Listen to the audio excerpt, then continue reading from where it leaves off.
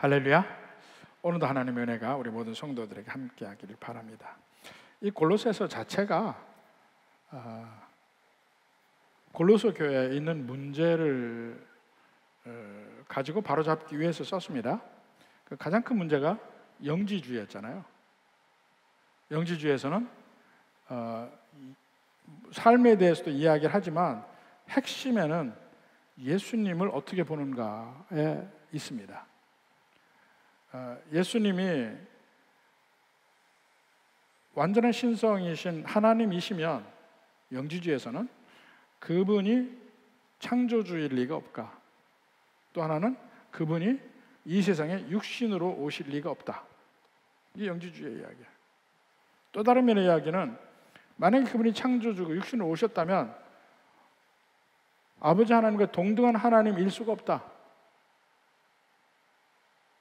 둘 다 예수님에 대해서 잘못 이야기하는 거잖아요. 그래서 거기에 대해서 바울이 반박을 합니다. 예수님이 누구이신가?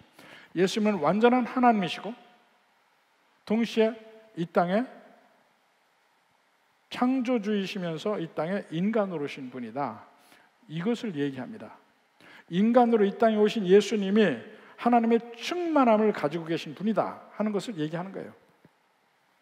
그러면서 예수님의 안에 그 모든 예수님의 모든 풍성한 면을 다 얘기를 합니다. 그러면서 그러므로 2장 6절에 보면 그러므로 너희가 그리스도 예수를 주로 받았으니 그 안에 행하라. 그 안에 행하라. 또 10절에 보면 2장 10절에 너희도 그 안에서 충만해졌다. 이렇게 충만해졌다 얘기를 합니다. 이렇게 이야기하고 3장 1절도 그러므로 너희가 그리스도와 함께 다시 살리심 받았다. 그러므로 그러니까 예수님이 누구이신가를 바로 알게 되면 거기에서 저절로 흘러나오는 이 다음 생각이 있습니다. 우리에게 적용되는 생각이 있어요. 바로 그것 중에 하나인데, 자, 우리가 예수님의 충만함에 있다, 또 있어야 된다 이렇게 얘기를 할 때 예수님의 충만함에 동시에 뭐가 있냐면 자유함이 있습니다. 모든 율법주의를 배격하고 영지주의도 배격하고 이런 자유함이 있단 말입니다. 그 자유함에 대해서 2장 후반부에 설명해요. 이것도 아니다 저것도 아니다, 이것도 잘못됐다, 율법을 지키는 것 이런 거 다 아니다 하는 것을 네거티브한 면을 쭉 설명을 합니다. 그 잘못된 면을 이야기하고 3장에 가서는 그러면 그런 걸 다 잘못됐다면 그럼 우리 어떻게 살아야 되는가? 이 포지티브하게 우리의 나아갈 방향에 대해서 이야기를 합니다. 그것이 바로 우리가 3장에서 이야기하는 거예요. 그러니까 이 운동선수들에게도 그렇잖아요. 코치가 하는 것은 먼저 한번 해봐라 해놓고 잘못된 거 먼저 지적을 해요. 이런 폼은 이거 안 좋다. 그러니까 이건 고치고 이건 하지 말고 그 다음에 이렇게 해라 하고 얘기를 합니다. 이렇게 해라. 바울이 하는 것도 그 식이에요. 우리가 그리스도 안에 그 풍성한 그 보배, 이 보물, 이 모든 것을 다 누리는 삶을 여기서 살았으면 좋겠어요. 근데 그것이 다른 말로 하면 그리스도의 충만함이 우리에 있으면 좋겠어요. 그리고 그 다음에 오늘 긍정적으로 하는 말이 뭐냐면 위의 것을 찾으라 하는 말이에요. 3장 1절에 봅시다.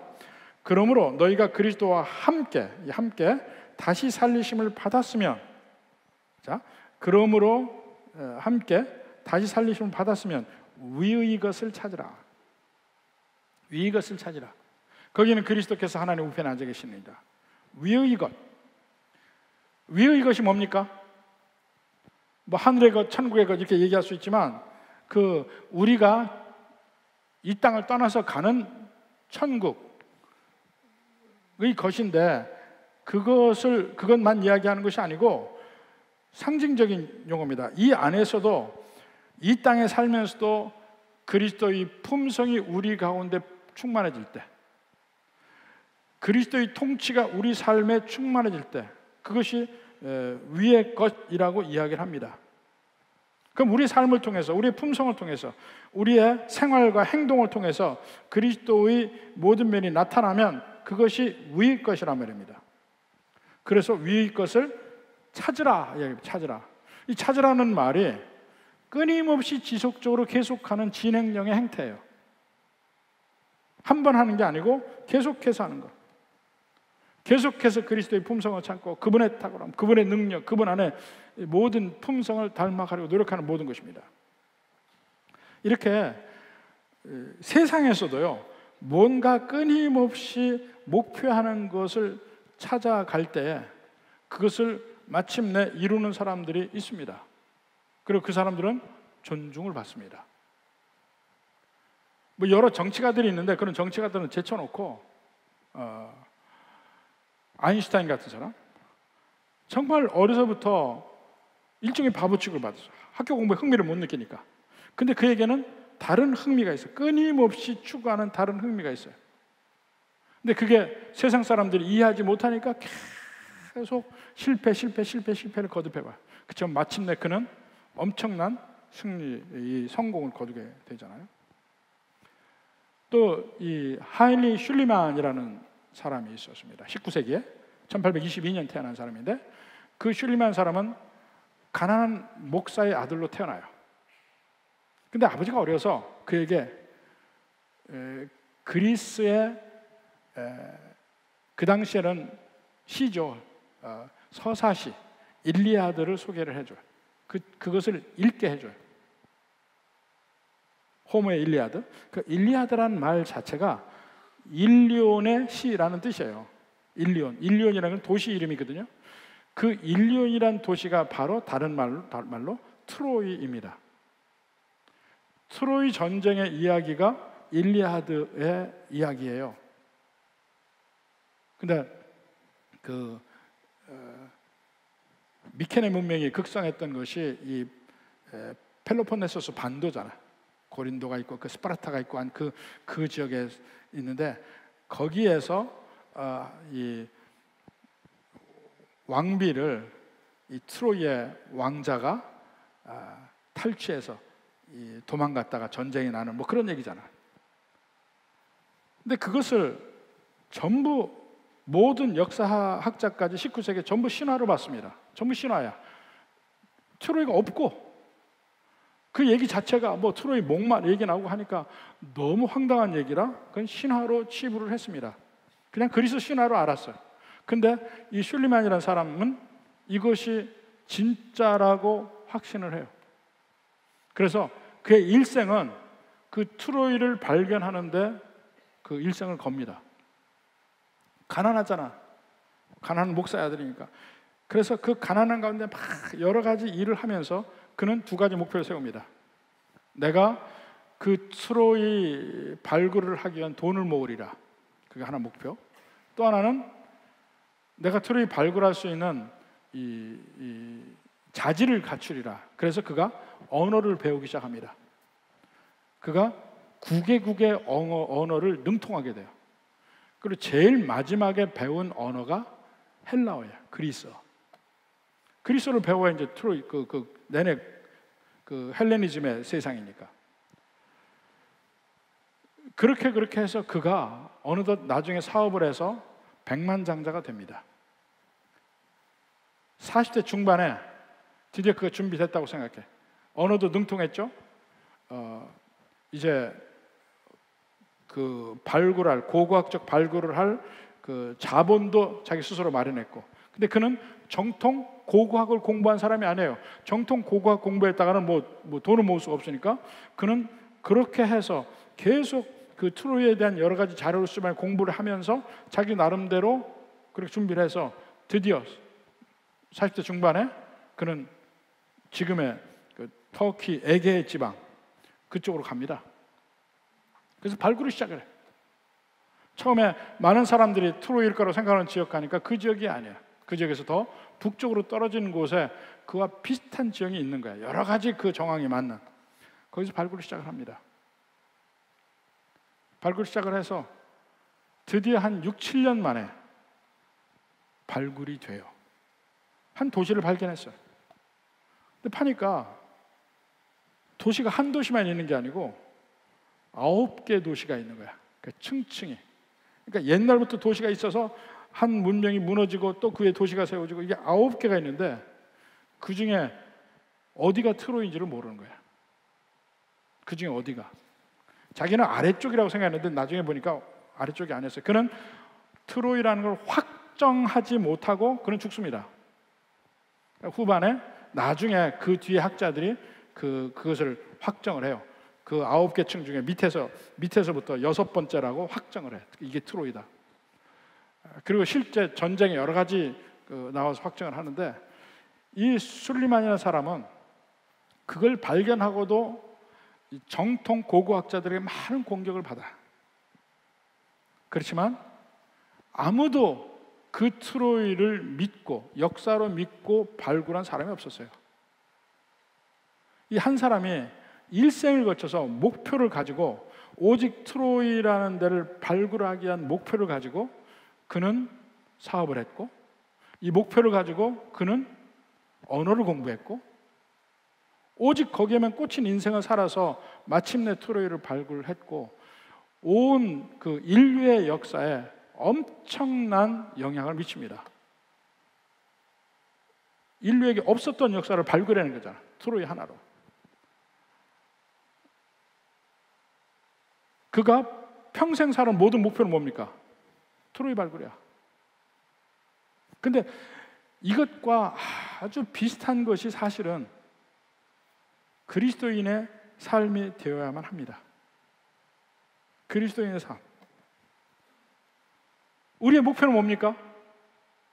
천국 가는 거예요. 우리의 목표는 이 땅에서 잘 사는 게 아니에요. 여러분, 이 땅에서 잘 살고자 하는 목표로 예수님 믿는다면 여러분 잘못 믿고 있는 거예요. 여러분 제대로 예수님 믿는 게 아니에요. 우리의 목표는 예수님 믿고 이 땅을 떠날 때 천국 가는 게 우리의 목표예요. 슐리만이 트로이의 발굴을 목표로 자기의 모든 인생의 모든 것을 세팅을 했습니다. 열심히 일을 하고 열심히 돈을 벌었어요. 그러나 그 돈을 버는 목표가 분명했습니다. 트로이를 위해서. 열심히 공부했습니다. 9개국이나 능통하게 했어. 언어에 탁월했거든. 근데 목표는 분명했어요.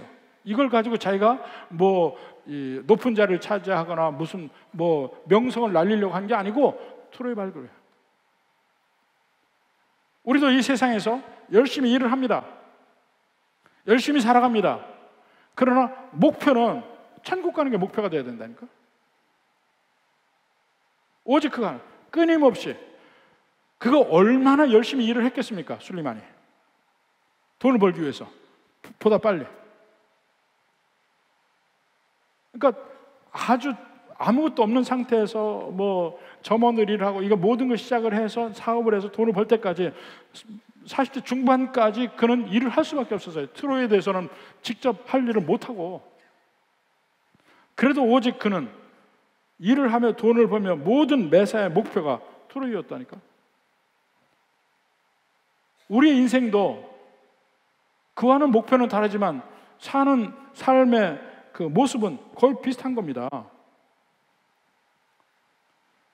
여러분의 삶에서 직장을 다니고 사업을 하고 공부를 하고 여러 가지 일을 합니다만 그것의 궁극적인 목표가 뭡니까? 내가 잘 먹고 잘 살자고? 이 땅을 위해서?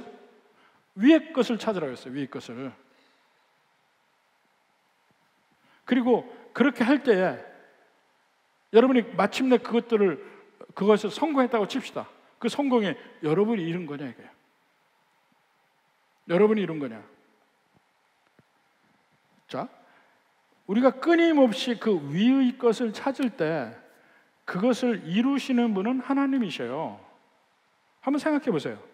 자, 누가복음 18장에 보면 불의한 재판관이 있습니다. 한번 봅시다. 18장 1절부터. 예수께서 그들에게 항상 기도하고 낙심하지 말아야 할 것을 비유로 말씀하여 이르시되 어떤 도시 하나님을 두려워하지 않고 사람을 무시하는 한 재판장이 있는데, 자, 이 재판장의 특징이 뭐겠습니까? 제멋대로 판결을 하겠죠. 하나님 두려워하지 않으니까, 사람도 무시하니까 다른 사람 눈치 볼 거 없어요. 공정하게 판결할 필요도 없어. 자기 맘대로 하면 돼. 자기가 재판장이니까. 그게 전제가 돼 있어요, 이 말 안에. 근데 3절에 그 도시에 한 과부가 있어. 자주 그에게 가서 내 원수에 대한 내 원한을 풀어주소서 하되. 그래서 뭘 느낍니까? 그 당시에, 지금하고 달라요. 그 당시에 과부는 가장 불쌍한 사람이고 가장 힘이 없는 사람이에요.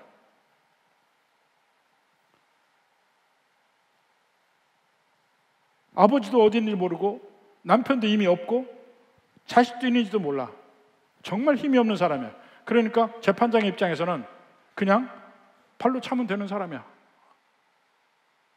하나님 무서워하지 않으니까 연약한 사람을 돕는 그 속에는 그래도 하나님을 무서워하는 게 있고 남의 이목을 무서워하는 게 있습니다. 이 재판장은 전혀 그런 사람이 아니잖아. 그러니까 과부의 말을 들어줄 이유가 없는 사람이야.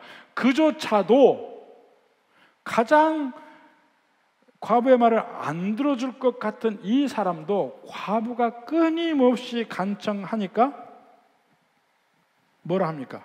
4절에 보면 그가 얼마 동안 듣지 아니하다가, 이게 본심이죠. 안 들어. 관심도 안 가져. 후에 속으로 생각하되 내가 하나님을 두려워하지 않고 사람을 무시하나. 자기도 알아. 자기가 나쁜 놈이라는 걸 알아. 사람을 무시하나 이 과부가 나를 번거롭게 하니. 귀찮다 말이에요. 그래서 내가 그 원한을 풀어주리라. 과부의 말을 가장 안 들을 것 같은 사람도 하도 귀찮게 하니까 들어주더라. 하물며 7절에 하물며 제일 안 들어줄 것 같은 사람도 계속 귀찮게 하니까 들어주던데, 하물며 하나님, 불의한 재판과는 정반대에 있는 우리를 사랑하시고 능력도 많으신 바로 하나님이 그 밤낮 부르짖는 택하신 자들의 원한을 풀어주지 않겠느냐. 하나님이 들으신다는 얘기예요. 근데 그게 기도만이 아닙니다. 기도만이 아니에요. 우리가 하나님의 뜻을 위해서 열심히 일을 하면 그 자체도 기도의 효과가 있죠. 간절함이 거기 있죠. 하물며 하나님이 우리의 그 간절함을 들어주시지 않겠느냐. 사실 우리가 이 세상에서 할 수 있는 일들 보면 우리는 그것이 되게 하는 길로 갈 수는 있지만 실제로 되게 하는 일은 하나님밖에 할 수가 없어요. 가장 대표적인 예가 우리가 병에서 낫는 일이야. 의사들이 있지만 의사들이 하는 것은 뭡니까? 상처가 나면 실로 꿰매는 일을 하잖아요. 그렇지만 실로 꿰맨다고 무슨 일이 일어납니까? 붓는 거는 하나님이 하시는 거라니까. 인간이 살과 살을 붙일 수가 없어요. 붙으라고 꿰매는 일은 해. 붓는 일은 하나님의 능력이에요. 우리 모든 약도 먹고 처방을 하고 합니다. 그렇지만 실제로 낫게 하는 일은 하나님이 하시는 일이에요. 우리가 모든 일을 합니다. 근데 그 일을 이루는 것은 하나님이 하시는 일이에요. 간절함이 거기 있는 거예요. 그러니까 우리가 할 수 있는 것은 위의 것을 찾는 일을 하는 거예요. 위의 것을 찾으라. 그러면 주시는 건 하나님 주신다니까요. 자, 근데 위의 것을 찾기 위해서 먼저 되는 것이 뭐냐면 2절에 보니까 위의 것을 생각하고 땅의 것을 생각하지 말라 그래요. 자, 위의 것, 하늘의 것의 반대가 뭡니까? 땅의 것이야. 땅의 것. 땅의 것이 가장 대표적인 것이 물질입니다. 물질. 그러니까 내 생각에 땅의 것으로 생각이 꽉 차 있으면 그 사람은 쉼이 없어요. 쉼이 없어요. 오히려 더 중요한 것을 잃을 수도 있습니다. 중요한 건 위의 것인데 위의 것을 잃고 땅의 것을 얻을 수도 있어요. 땅의 것도 얻지도 못한 사람 더 비참한 사람이지. 근데 쉼이 없어요. 그 한 우화를 제가 소개할게요. 우화. 우리가 얼마나 이 물질에 매달려 있는지를 생각해 볼 수 있는 거예요. 어떤 사람이 길을 가다가 강도를 만났어요. 강도가 돈 내놔. 아니면 목숨을 내놔. 어떤 거 내놓을래? 근데 강도만 사람이 말이 없어요. 야, 어떤 거 내놓을 거야? 돈 내놓을래? 목숨 내놓을래? 그러니까 야, 서두르지 말고 좀 가만히 있어라. 생각 좀 해보고. 그게 생각할 일이요? 그만큼 그 사람의 마음에는 돈이 아까운 거예요. 근데 이게 우화 같지만요, 실제 그런 일이 일어납니다. 제가 미국에 있을 때 보면 심심치 않게 한인 가게에서 그런 일이 일어나요. 사실 한인들이 미국에서 가게들을 많이 하거든요. 각 도시에서 가게를 많이 하는데, 그것이 이제 그로서리 되는 자파상이 되든 뭐 여러 가게들 합니다. 근데 그 한인들이 하는 가게가 대부분 이 못 사는 사람들 지역에 있어요. 잘 사는 사람 지역에는 그런 가게가 없을 뿐더러 하기도 굉장히 힘들어요. 고급 물품 갖다 와야 되죠. 이런 노하우가 같이 접목이 안 되면 할 수 없는데, 그것은 이미 선점한 사람들이 있어요. 잘 못해. 근데 노하우 없이도 쉽게 할 수 있는 데가 어디냐면 이 흑인 동네라든가 이런 데서 할 수 있거든요. 그러니까 거기는 편하게 장사합니다. 흑인들 때 오히려 장사가 편해요. 그들 대할게. 그래서 거기서 돈을 버는데, 문제는 거기가 강도가 많다는 거야. 강도들 많이 당해요. 근데 대부분 강도가 딱 들어오면 미국은 총을 가지고 들어옵니다. 총을 가지고 들어와. 그러니까 강도 들어오면 그냥 이 계산기에 있던 모든 돈 다 그냥 내줍니다. 목숨이 더 중요하잖아. 근데 간혹 이거 내주기 싫어서 싸우는 사람이 있어요. 싸우는 사람이 있는데 그러다가 죽어요. 심심치 않게 나옵니다. 한국 사람들이 이 돈 지키려다가 목숨 잃는 사람이 한둘이 아니야. 뭐가 더 중요하냐고요. 2021년도에 이 퓨 리서치 센터라는 그 여론조사 기관이 있습니다. 아주 권위 있는 여론조사 기관이에요. 여기에서 대대적인 조사를 했습니다. 17개국에 19,000명을 대상으로 해서 조사를 했습니다. 질문이 뭐였냐면, 당신의 인생에 가장 가치 있는 것이 무엇입니까? 이걸 물었어요. 그리고 여러 가지 선택지를 줬습니다. 17개국 중에 14개국에서는 압도적으로 내 인생에 가장 가치 있는 것 한 가지가 나왔습니다. 그게 뭐냐면 가족이었어요. 가족이 내 인생에 가장 중요하다. 어떤 나라에서는 아무리 내 환경이 바뀌어도, 상황이 변해도 가족만 내게 있으면 괜찮다. 그렇게 얘기해요. 근데 세 개 나라에서 가족이 압도적 1위가 아니었어요. 한 나라에서는 다른 곳과 공동 1위를 했어요. 스페인인데 거길 제외하고 두 나라가 남았어요. 그 중에 한 나라는 대만인데, 대만은 가족보다 사회를 택했어요. 사회가 안정되는 것이 내 인생에 가장 중요한 것이다. 근데 그것은 이해가 돼. 끊임없이 중국이 대만을 잡아먹으려고 하니까 중국이 들어오면 가족이 뭐고 아무것도 필요가 없는 거야. 이 사회가 그래도 존재를 해야 내 인생이 있을 수가 있으니까 이걸 더 중요하게 생각하는 거야. 이해가 돼. 나머지 한 나라가 대한민국이야.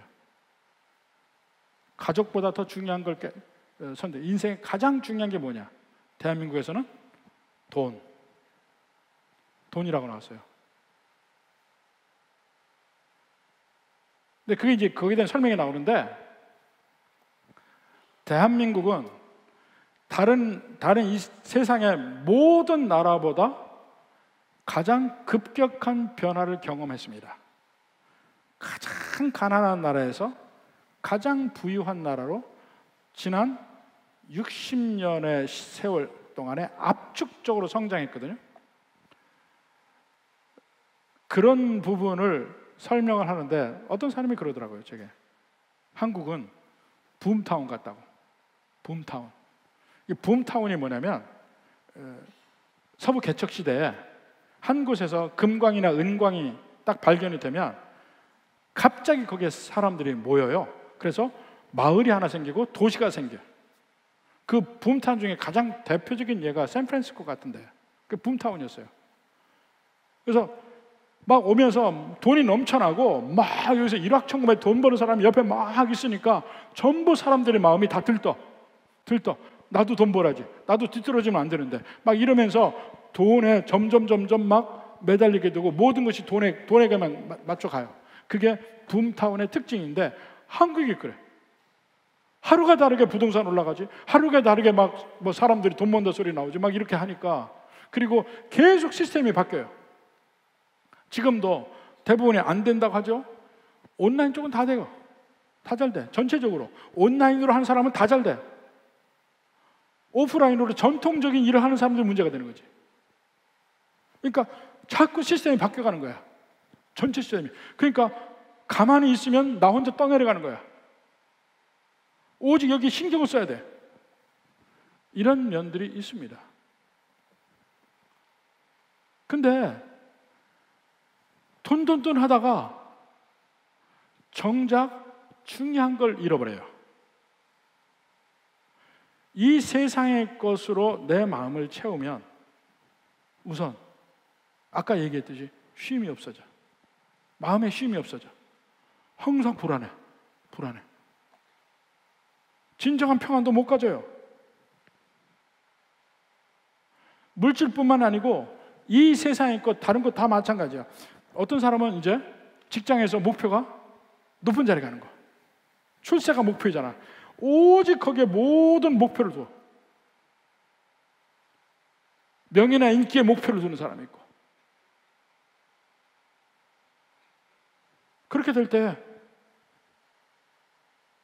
마음에 쉼이 없습니다. 영혼이 고갈되기 시작해. 메마르기 시작해. 삶에 행복도 없어요. 그게 땅의 것의 특징이야. 그걸 땅의 것을 생각하지 말라 하고 얘기합니다. 생각하지 말라는 것은 그냥 아예 그 생각을 뿌리째 뽑으라는 얘기가 아니에요. 우리 인생에 돈도 필요하고 다른 사람의 인정도 필요하고 다 필요해요. 그것을 완전히 없애라는 얘기가 아니에요. 황금을 보기를 돌같이 할라? 나 그렇게 하는 사람 있는지 모르겠어. 황금은 황금이지 왜 돌이야?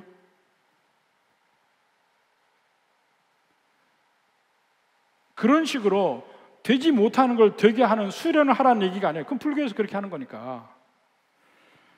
단지 내 마음에 그것들이 차서 하늘의 것이 자꾸 뒤로 밀려 우선순위에서 뒤로 밀리는 것은 아닌 거예요. 언제나 이 세상의 것을 내가 원하고 물론 그거 갈급함이 있죠. 그러나 그것보다 언제나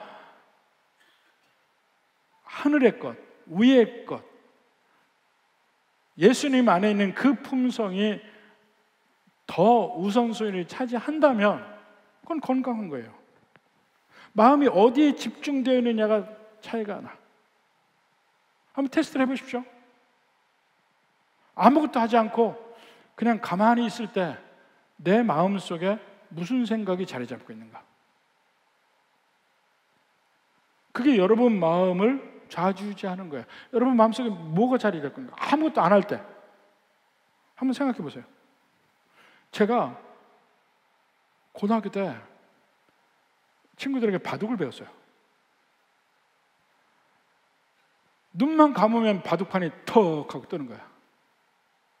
누우면 천정이 바둑판이야. 한참 미쳐가지고 공부는 다 제쳐놓고 바둑만 둔 적도 있어요. 그러다 대학을 가니까 당구를 배웠어요. 그러니까 이제 눈 감으면 이제 바둑판 대신 당구판이 보이는 거야. 친구들하고 있잖아요. 친구들하고 있으면 친구들 머리가 당구공으로 보여. 요 머리를 치고 요렇게 하면 어떻게 가겠다. 그렇게 보이는 거야. 다. 마음속에 당구로 차 있을 때. 여러분은 눈 감으면 뭐가 보입니까? 그게 여러분 마음을 차고 있는 거야. 오직 돈. 또 승진. 뭐가 잘 되는 거. 내 이건 꼭 잘 돼야 되는데 계속 골몰하게 하는 거. 여러분의 영혼을 갉아먹습니다. 근데 그런 면에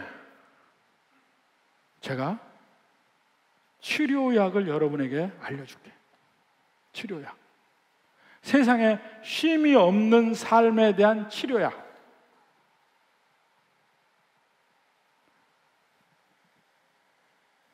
누가복음 12장 34절에 보면 너희 보물이 있는 곳에는 너희 마음도 있으리라 그랬습니다. 너희 보물이 있는 곳에는 너희 마음도 있으리라. 이걸 잘 이용해 봐요. 그러면 여러분의 삶에 이게 치료제가 됩니다. 무슨 말이냐면 위의 것을 생각하라. 위의 것을 생각하라 그랬잖아요. 위의 것을 찾기 위해서 위의 것을 생각해야 되는데 위의 것을 생각하려면 어떻게 됩니까? 너희 보물이 있는 곳에 너희 마음이 있대. 우리 마음이 위의 것에 있으려면 어떻게 됩니까? 우리 보물이 위에 있으면 돼요. 우리 보물이 위에 있으면 돼. 그러면 위의 것을 생각하게 되어 있고 위의 것을 찾게 되어 있어요. 그 여러분이 자 오늘부터 위의 것을 찾아야지. 그게 찾아지는 게 아니에요. 내 마음을 저쪽으로 써야지. 그게 되는 게 아니야. 되는 방법이 있다니까요. 보물을 거기 두면 돼. 제일 처음으로 여러분의 물질을 천국에 둬요. 여러분의 물질을 천국에 두면 여러분의 마음이 천국에 있게 됩니다. 그래서 제가 끊임없이 여러분 예수님 믿으면 11조부터 하라는 거예요. 11조부터 하라는 얘기는 내 모든 것은 하나님 것입니다 라는 것을 고백하는 행위예요. 근데 처음에 내가 고백하는 거 힘들어요. 힘들지만 일단 그 하고 나고 그게 어느 정도 습관이 되면요 어느새 나도 모르게 내 마음에 들어오는 생각이 있습니다. 내 모든 것은 하나님이 내게 선물로 주신 것이다 하는 마음이 믿어지기 시작해요. 그전에는 안 믿어집니다. 11조 안 하는 사람 내가 100% 얘기해요. 여러분 거 하나님 거가 아니야. 내 거지. 그리고 여러분 마음 천국에 있지 않아요. 이 지상에 있어요. 귀한 것이 여기 있으니까 마음도 여기 있다니까. 귀한 걸 천국에 들여놔봐요. 마음이 천국에 가 있지. 똑같은 겁니다. 내가 누구에게 물질도 쓰고 뭐도 쓰고 다 해보십시오. 언제나 마음이 거기에 가지. 자식들도요. 자식들 다 똑같지 않아요. 사랑이. 그 중에 내가 제일 많이 내 마음과 정성을 쏟은 자식에게 마음이 더 갑니다. 근데 대부분 그게 자식 중에 제일 문열이에요. 자식 중에 못난 놈에게 더 정이 간다니까? 왜냐하면 많이 쏟게 돼 있어요. 그거 하니까 쏟으면 쏟을수록 더 마음이 가요.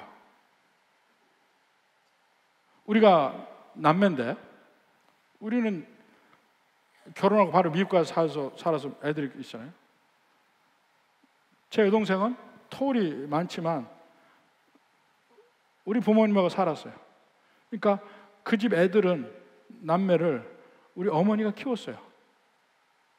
둘 다 일을 하니까 어머니가 키웠어요. 물론 우리 어머니가 우리 애들도 사랑하지만 키운 그 내 여동생의 자녀 둘은 대하는 거 달라요. 그만큼 쏟아 부었으니까.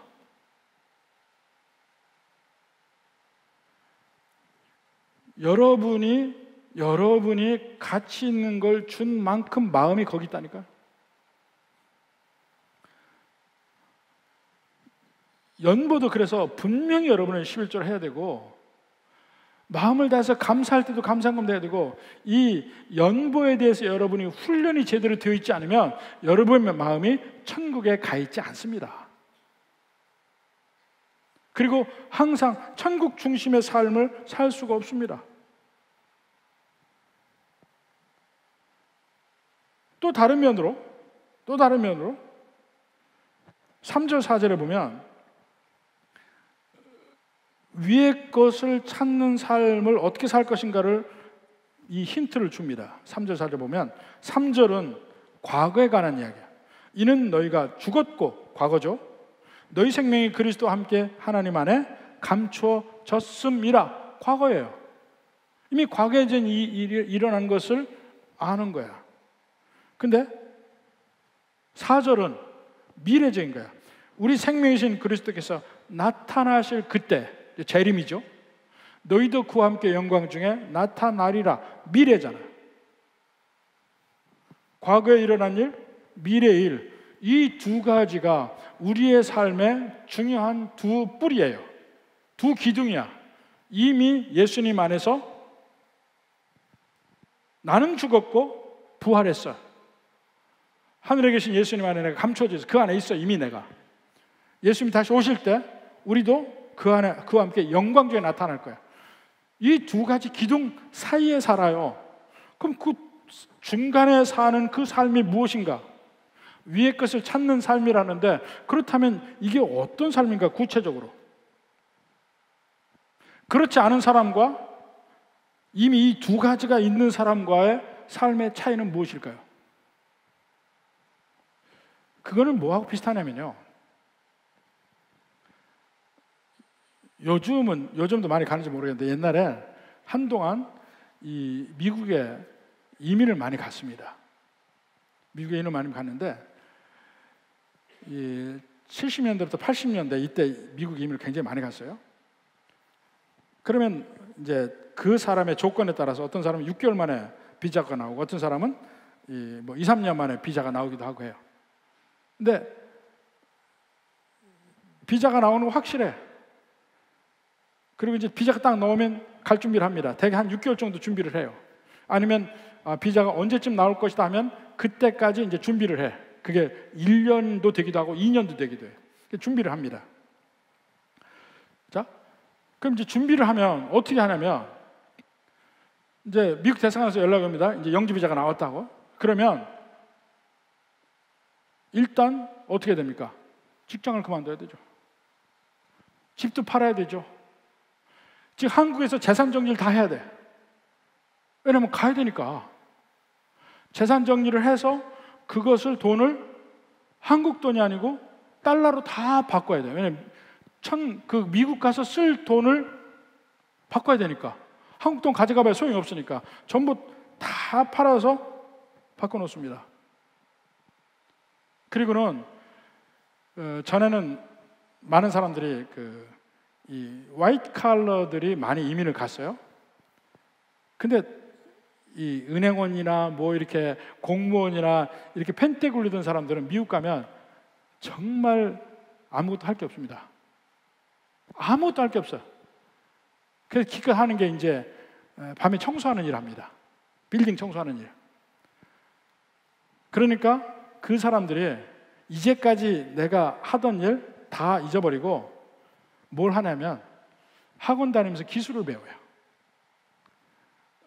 제일 많이 배운 게 자동차 정비 기술 배웁니다. 미국 가면 자동차 정비하던 사람들 미국 가면 돈 많이 벌어요. 목공일 배웁니다. 그리고 배관공도 돈 많이 벌어요. 플러밍 하는 걸 배워요. 학원을 다니면서 배워. 일하는 사람 따라다니면서 배우고. 그래야 미국 가서 살아남을 수 있으니까. 완전히 다른 생활에. 그리고 영어 학원 다녀요. 온 가족이 학원 다녀요. 그래서 영어 배우는 거예요. 미국 가서 필요한 것을 미리 준비하는 삶을 살아요. 근데 만약에 어떤 사람이 12월 달에 미국을 가는데 김장 준비를 했는데 이게 말이 됩니까? 12월 달에 온 가족이 이민 가는데 지금 입시 준비하고 있어요. 말이 되냐고요. 이 땅에 살 걸 준비하고 있는 것이 말이 되냐는 거야. 미국 갈 일을 준비해야지.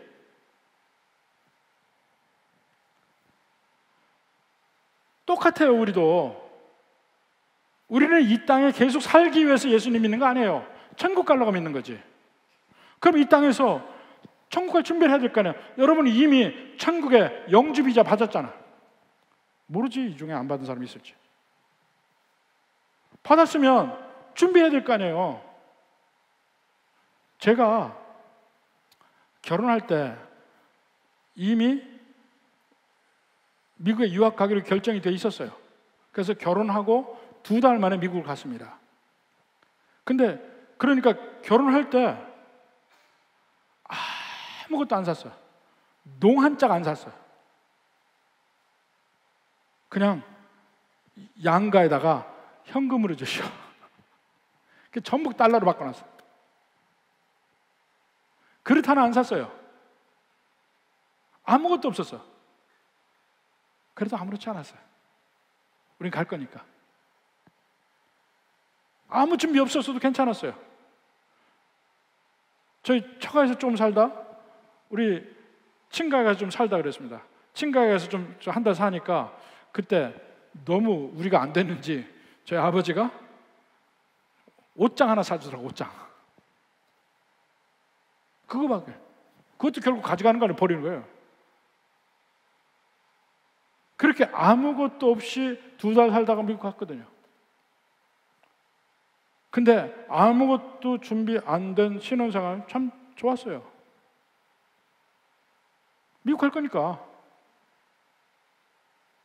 전부 돈은 달러로 바꿔놓고. 근데 그게 우리 믿는 백성들의 삶이 돼야 된다는 거예요. 여러분 여기서 몇 년 살 거예요? 나는 앞으로 한 20년 살 것 같은데. 모르죠. 며칠 뒤에 갈지 어떻게 알아요? 이 중에 며칠 뒤에 갈 사람이 있을지 어떻게 알아요? 갑자기 가야 될 수가 있어요. 준비해야 될 거 아니에요. 갈 준비. 정말 천국에 간다고 확신하는 사람, 천국의 영주비자 받고 있는 사람은 갈 준비할 거라니까. 왜 이 땅에만 소망을 두고 삽니까? 갈 사람이. 내일 모레 가야 될 사람이 지금 김장 담그고 있으면 되겠어요? 이 땅에 살궁리 하고 있으면 되겠냐고.